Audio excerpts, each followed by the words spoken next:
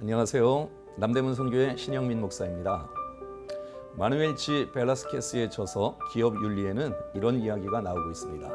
7, 80년대 극심한 매출 감소와 치열한 라이벌 업체와의 경쟁 관계로 총체적인 경영의 어려움을 겪던 머크 제약회사의 이야기가 나오고 있습니다.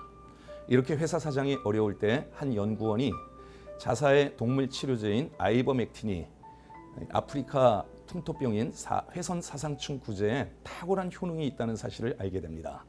그는 이 사실을 회사 수뇌부에 보고하게 됩니다.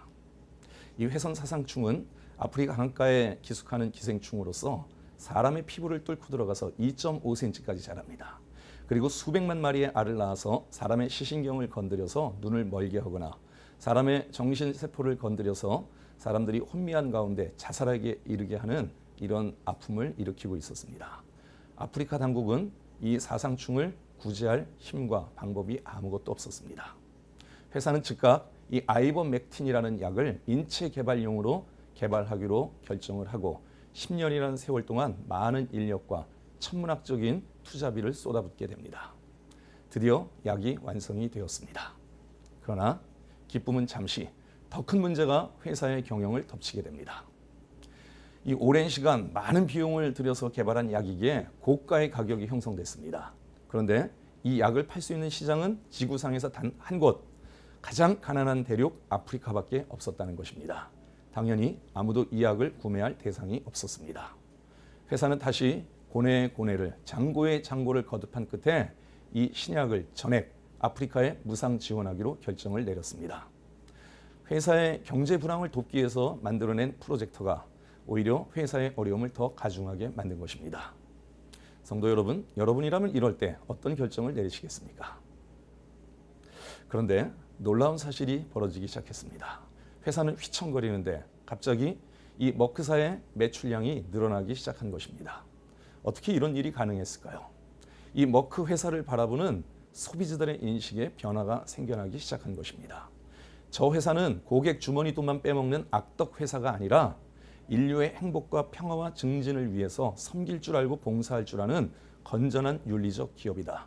이 인식이 퍼져나가기 시작하면서 기왕이면 같은 약이라도 머크사에서 나온 이 약을 사주는 운동이 일어난 것입니다. 이로 인해 머크사는 이 경제 불황을 뚫고 세계적 제약회사로 도약하는 발돋움을 마련하게 됩니다.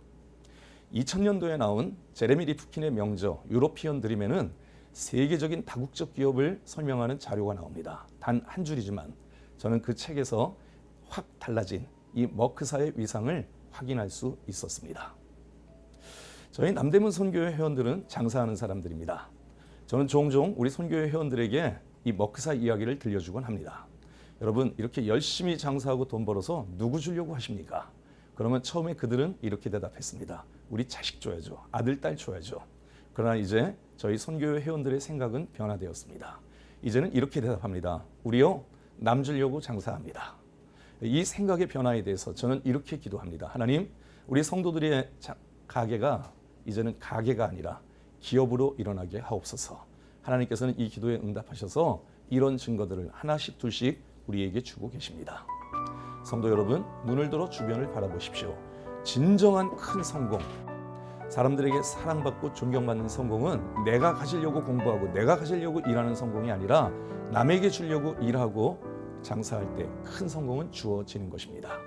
나홀로 100명분의 식사를 하는 것이 큰 성공이 아니라 내가 100명을 먹을 수 있는 것을 책임져주는 사업 공부, 이것이 진정으로 큰 성공인 것입니다. 여러분, 오늘도 열심히 일하고 열심히 공부하는 목적이 어디에 있습니까? 결단하시기를 바랍니다. 주의 나라와 그의 의를 구하면서 이렇게 고백할 수 있길 바랍니다. 나는 열심히 일하고 열심히 돈 벌어서 열심히 장사해서 열심히 공부해서 남에게 주겠습니다. 라고요.